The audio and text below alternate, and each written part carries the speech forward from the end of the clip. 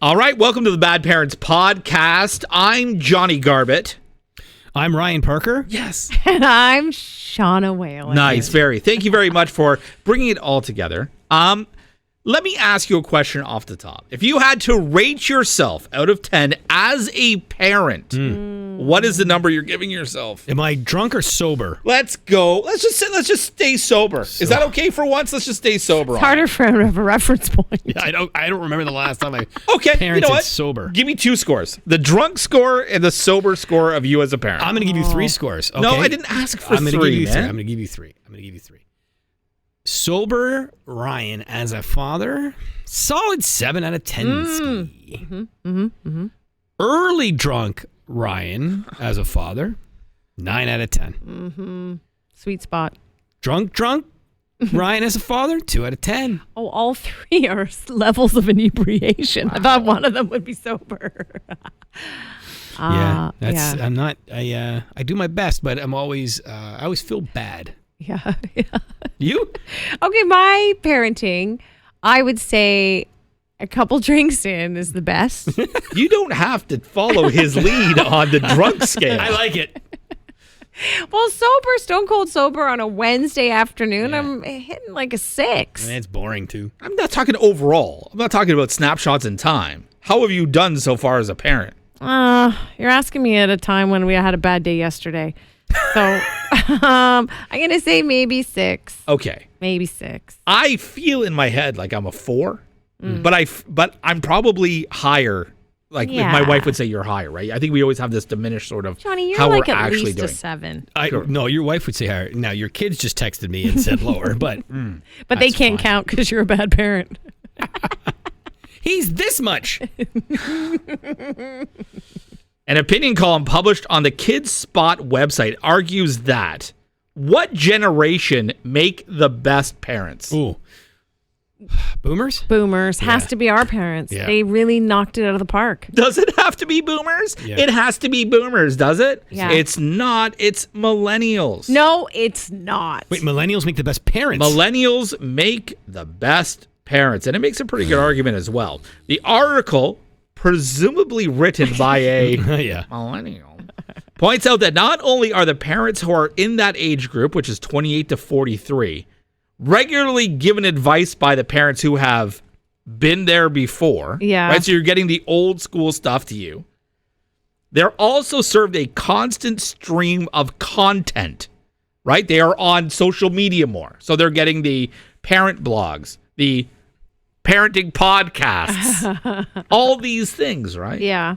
Including parental advice on social media. That includes what they go searching for and things that just happen to come across to their personal algorithms. Do you agree? Okay. Millennials make the best parents. No. I would say there's also a big difference to me. I think if I was a father at 28 versus 43, like I know it's a generational thing, but there's a big difference. I couldn't pee straight at 28.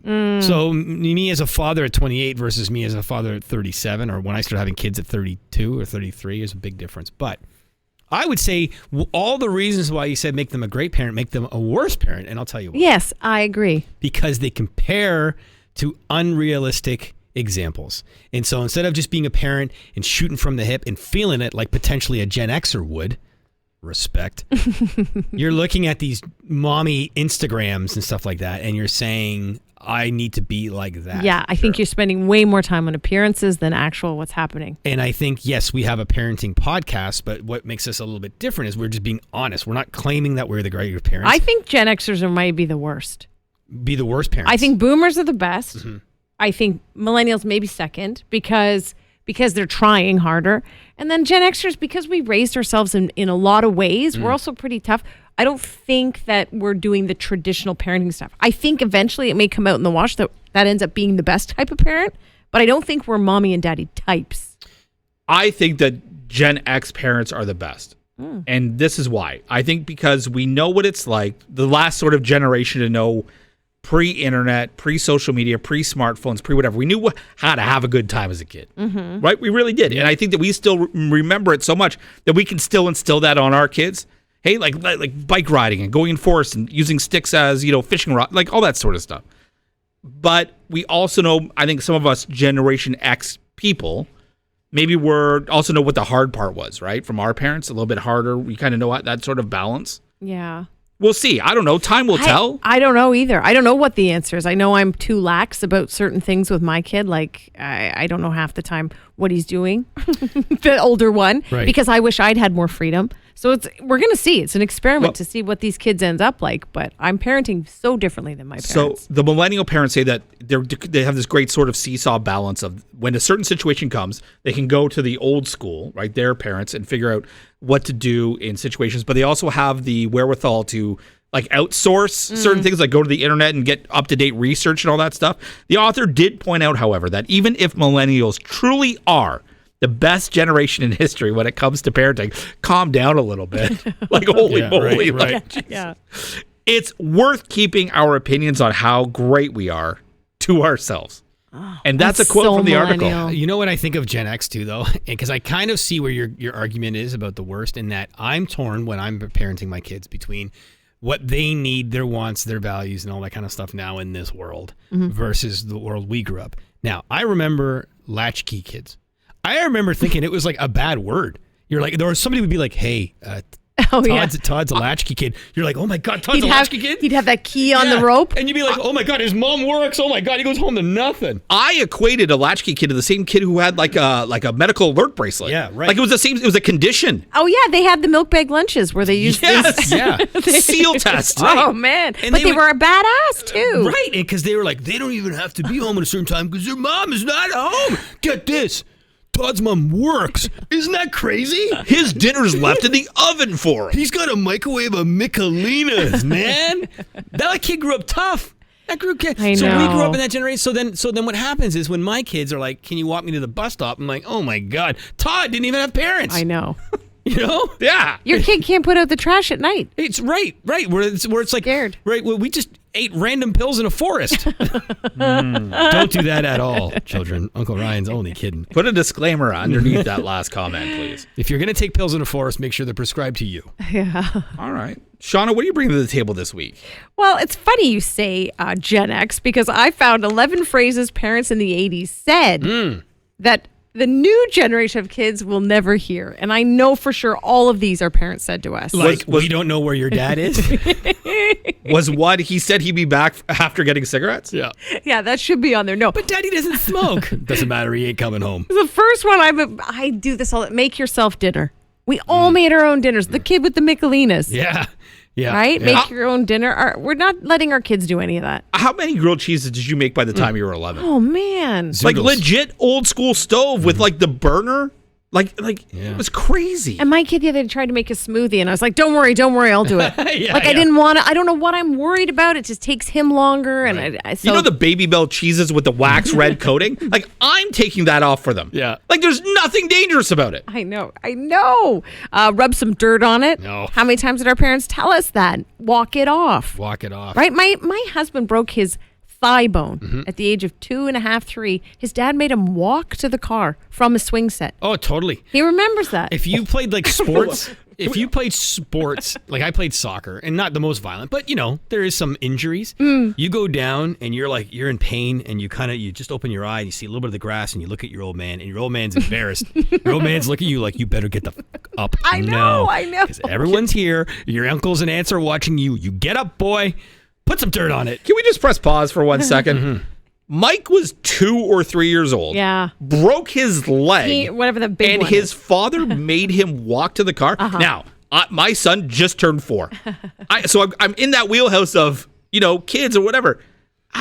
Man, Isn't that's extreme? that seems a little bit extreme. Like I know we want to be like a little bit harder, make our kids do stuff for themselves. That might be. But holy shit. I remember when you playing soccer, we had a Yugoslavian trainer, very, very serious. And you would like go up to head the ball and you hit another kid's head, and you probably realistically looking now have a concussion. Oh, for sure. We all concuss. You ourselves. drop to the ground. The trainer comes out and just says, I got this. Takes a cold sponge, puts it on the back of your neck and says, get up. You're fine now. Okay. Okay, Yaroslav. I guess I'm fine. Yeah. It is so different now. Like there's a 50% chance you had a crimson mask. Oh, totally. Just bleeding from the forehead. Absolutely. Yeah. The street lights, get home before the street lights come on. We all did that. Classic. We never let our kids out doing that.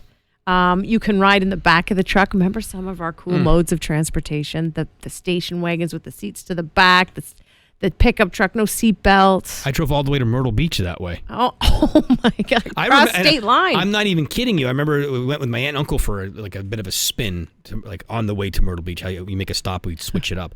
And I remember waking up on my aunt, and I'm like, why are we pulled over? And my Uncle Walt was getting a ticket. Oh my God. It wasn't about me sitting there. No. It was about him speeding. It's crazy.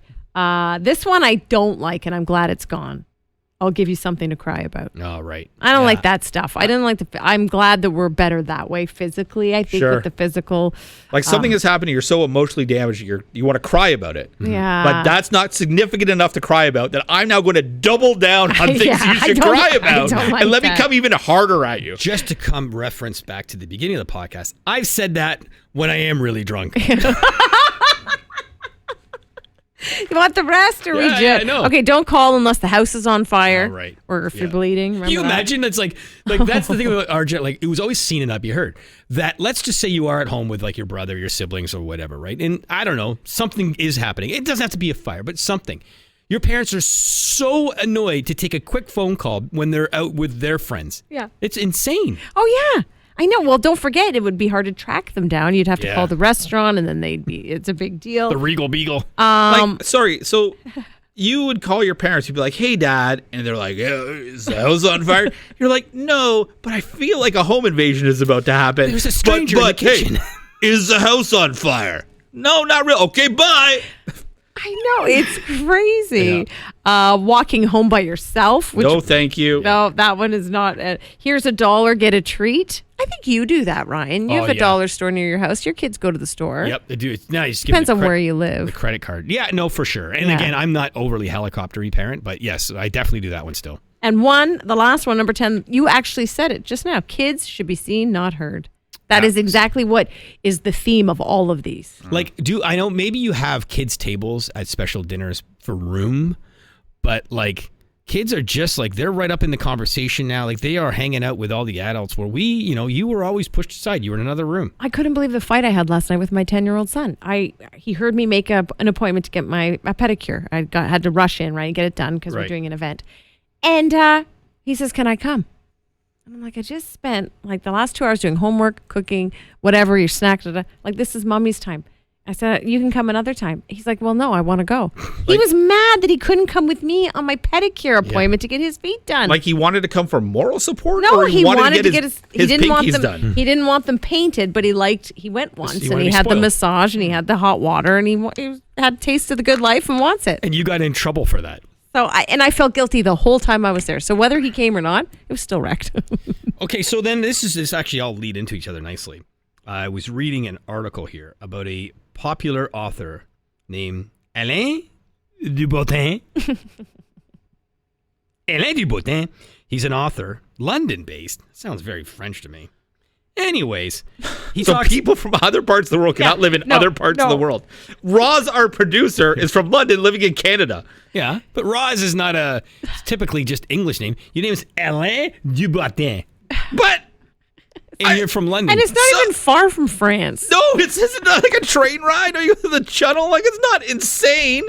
It is a little bit weird. What? No. Like, oh yeah, sure. Okay, so you go home. Eli comes home from work and like, hey, I got a new kid in class. What's his name? Jacques Cousteau.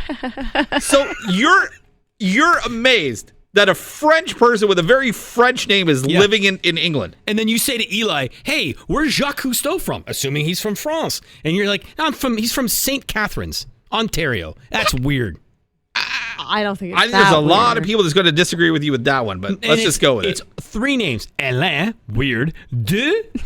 Martin? Bro, get back to Dieppe, man. Hold on. What's his middle name? De. 2? It's not a middle name. Alain Dubautin. It's like Dubois. Oh, D-U. Yeah. D-E. Like Gerard Depardieu. Yeah. Probably the worst example I can give. And guess where he's not from?